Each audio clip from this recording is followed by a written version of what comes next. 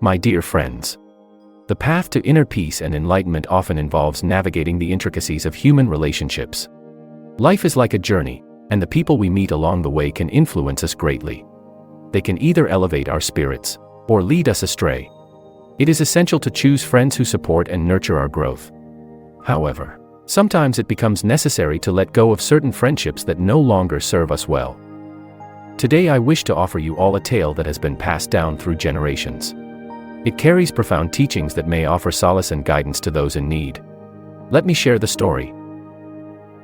In the distant era of the ancient Kingdom of Dinastia, there reigned a king of exceptional wisdom and vision. This sovereign's ambitions were not rooted in the acquisition of power or wealth, but in a profound yearning for spiritual enlightenment and the betterment of his realm. The king recognized that the companionship one keeps profoundly influences one's journey.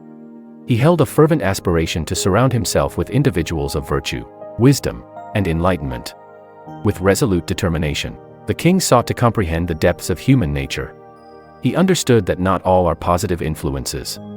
In this pursuit, he entrusted his loyal disciple, Li, with a crucial mission: to identify those who were morally corrupt or malicious, yes, but also those whose presence could impede his personal growth and hinder his kingdom's progress.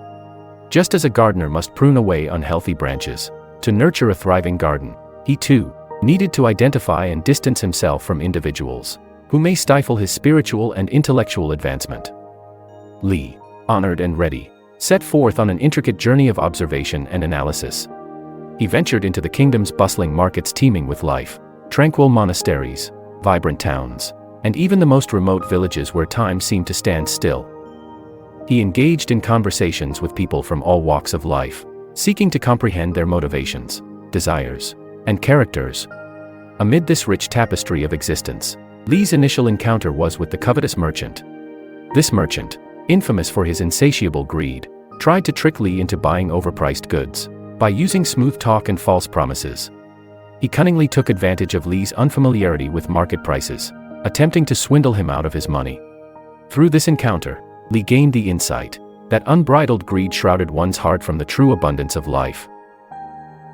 Continuing his odyssey, Li's path intersected with the envious artisan, a talented creator of remarkable skill, who harbored venomous envy towards her fellow craftsmen.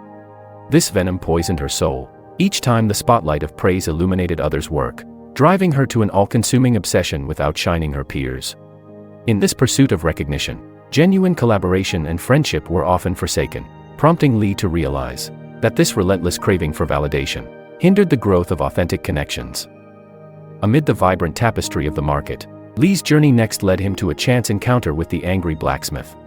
This master of the forge, renowned for his prowess and plagued by a fiery temperament, carelessly bumped into Li amidst the bustling crowds. His anger erupted like molten lava, scalding Li with a tirade for the collision, despite Li's attempts to defuse the situation. He was like a wrathful warrior and always sought violent resolutions to conflicts.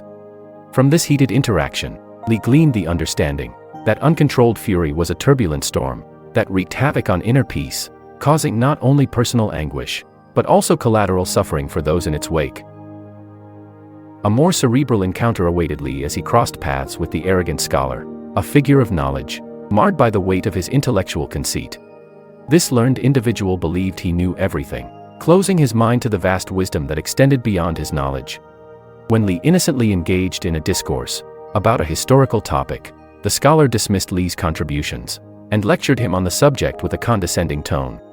Li's sense of self was left belittled and disheartened. He then comprehended that arrogance only created barriers that hindered one's growth on the path of enlightenment. The tapestry of lessons was not yet complete, as Li's journey culminated in an encounter with the complaining vendor. This merchant, eternally enveloped in a cloud of grievances, couldn't help but bemoan every aspect of her business. She grumbled about the weather, the quality of her products, and the lack of customers.